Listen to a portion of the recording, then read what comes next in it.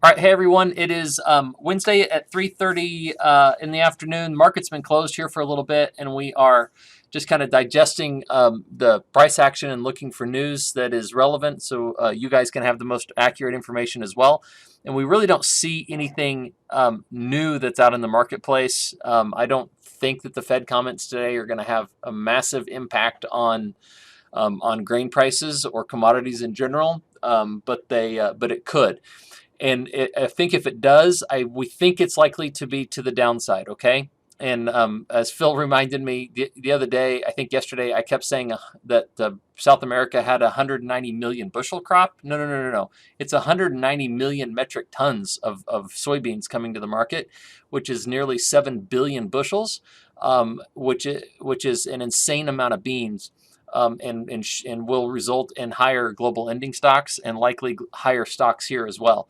So I know beans have been hot here trying to bridge old crop to new crop, but we think that that might be turning over. And today what we saw was big down pressure, and we did close off the low a little bit, but there's enough here to think that we've probably rolled these things over. And I think the most important thing there is this close that is below the 1525 level. We think that's significant. And but we got to see more. We need to see action down here below this 1506 level. And ideally, we're not really going to see this thing roll over and get exuberant to the downside until it pushes down below this 1485 level, which would be this low right here and back down here below this trend line. Another thing that we're looking at is this line right here.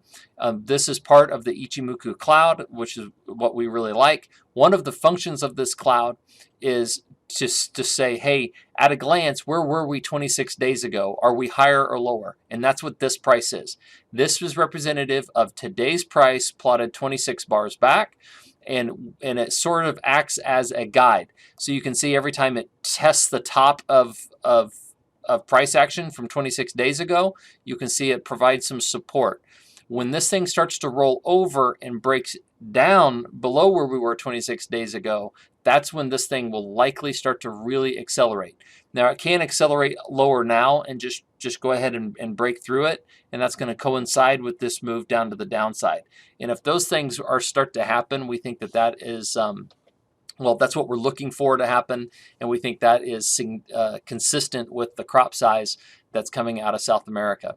Where would the selling come from, right? The logic might be, hey, we're tight here in the U.S. We have a really tight carryout, and we've got a bridge all the way to that new crop. Well, that's right now. That's February, March, April, May. And so that's the nearby contracts because the Brazilian farmer is largely unsold. And so when they do sell, that's going to put pressure on these futures contracts. That's why we're so bearish the front and even more bearish the front than we are the back month. We can also see this on these bearish divergences down here. If I go click through all the different oscillators, you'll see that. Here's stochastic. There's a big bearish divergence all the way down. There's RSI is on here. Here's force index. Same thing. Big bearish divergence all the way across. MACD, big bearish divergence all the way across. I can throw these oscillators on this chart all day long for you, but just trust me when I say that they're all diverging and none of them are showing strength and exuberance up above this level, which means two things. One, it should mean that they should roll over, and that's our bearish count. If we reverse and we fail to break out any of this stuff and we break out the top side, and then I think look out above because that could get really exuberant to the upside. But there's nothing that we know of that would be a catalyst for that at this moment. So we've got to be really, really patient and let price be our guide. And we've got to reconcile that price against what we know, which is 7 billion bushels of soybeans coming to market in the next 90 days, which is going to be uber bearish in our opinion. So we're looking for beans to roll over. I think I've beat that horse to death. All right, here is the new crop beans, November, much weaker than the old crop. Here's our cloud. You can see this happen here. This is where that price broke through, like I talked on the old crop. We broke right through it. We're trading all the way down here while old crop is up here. Some people might say, well, that's really bearish, right? Because bull spreads are when that thing is inverting, that's bullish. Yes, normally, but typically you see all of it uptrending up and the bull spreads pulling away faster. That's what happened last year. This is the polar opposite. This is new crop leading the way lower. It's just failed at the bottom edge of the cloud. And if old crop rolls over, it's going to exceed this slope to the downside, which is why we are so bearish the front month. Okay, let's look at corn. Corn had a big reversal today. Let me zoom in on that so you can see it a little bit closer. Here's the corn action, right? We started off, and man, it looked really bearish early on. Yesterday, we had this big down day, which was a triple close key reversal, outside bar combination, closed right near the lows. It failed to really break 680 decisively until today when it did it, and now we've reversed and closed right back up on top of it. I don't think that there's anything real significant out there that is going to propel us higher. There is some thought that the next 90 days are going to be bullish for corn demand because China is going to come in here and take advantage of an export window. But the reality is we're something like 75 cents a bushel more expensive here than we are in South America and in other parts of the world. So I don't think that that's real bullish. So long story short, our view remains short below 692. We think that's our line in the sand. It's got to trade above that in order for us to change our mind. And I assume that if it does that, something's going to materialize fundamentally that is going to put us in a different mindset. But for today, we just don't see that happening. And think about it. If beans collapse, why does corn need to stay high in order to buy acres? Just because it's expensive to grow is no reason to think that that the price can't go lower on top of it. So, and that's what this market's telling us for now. Really, 692, call it a range, 692 to the top of this uptrend line, which is the corrective channel drawn from here and snapped up to the top. Anything below that is bearish in our opinion, and the risk reward remains to the downside because these downward targets of sub 550 are very much in play in our view. You can even see that on these divergences that we have here. This is the first divergence against this peak. Here's the second one right here. So double bearish divergences. You can see that across the oscillators that I put up here as well. Here's your force index. Here's your MACD. All of them are diverging, just like soybeans, which is not usually indicative of higher prices.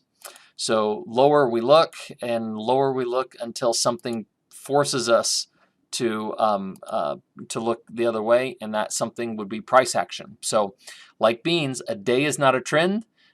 So you have this day yesterday, you followed it up with a hook reversal today. We got to get follow through one way or the other, and if we're going to blow up out of here, let's go do it, and so we can get right the market and get back long. Otherwise, we're going to just keep on looking lower. All right, Kansas City wheat. Kansas City wheat was the strongest of everything today. It's been strongly bid. A lot of that is driven by the funds just extremely short, so some of the selling pressure has relented. We had these bullish divergences on the bottom down here, but we've traded right back into chart support, right, or chart resistance, which would be this peak right in here and this peak right back here. Anywhere in between here would be a sell zone in our opinion. Now let's look at the cloud to see where we are trading at relative to past, future, and present. So as far as where we are, you can see we're straight in the middle of the cloud. Anything below anything below the top of it is immediately bearish in our view, and anything below where we were 26 days ago, which right now is right here, is going to be bearish as well. So if this rolls over with corn and beans, then lower we go. So we are recommending increasing cash sales right in here and making sure that we are have floors set and protection onto the downside. If we're able to move higher and we break up above this 950 level, like corn, like beans, we'll rethink that and we'll understand what the fundamentals are that are driving it, and we'll roll with it. But right now, the way these markets are trading and acting, I'm really skeptical of any long position. And for those of you that have been around me for a very long, you know that that's really unusual, because we're typically pretty quick to get bulled up and have a lot of tolerance for downside movement and against a bullish bias. And for the last several years, we've benefited from that. But for today, I think we've got to look bearish, because the fundamentals are as bearish today as they were bullish in August of 2020 and even January of 2021, when they were maybe the most bullish that we've seen them. So we've got to keep looking lower, keep our wits about us. So sell cash. If we have to defend it with long calls or futures, we will, or some sort of bullish option strategy to collect premium. We'll defend it that way, but I'd rather be sold cash in all three of these markets, and then we'll just manage the upside accordingly. All right. That is what I've got for you today. Please let us know if we can be helpful, and if you have any questions for us. We'll do another video either tomorrow or Friday, or maybe both, just depending on what the action is. And if you have something specific you want us to cover or address, please let me know. I'm happy to shoot a video just for that and send it to you. We don't mind sharing our screens with you, and we're watching it for you. That's what you pay us to do. There is risk trading futures and options, and you should only do so in light of your own financial condition. We'll sign off for now, and we'll talk to you later this week. Have a great night.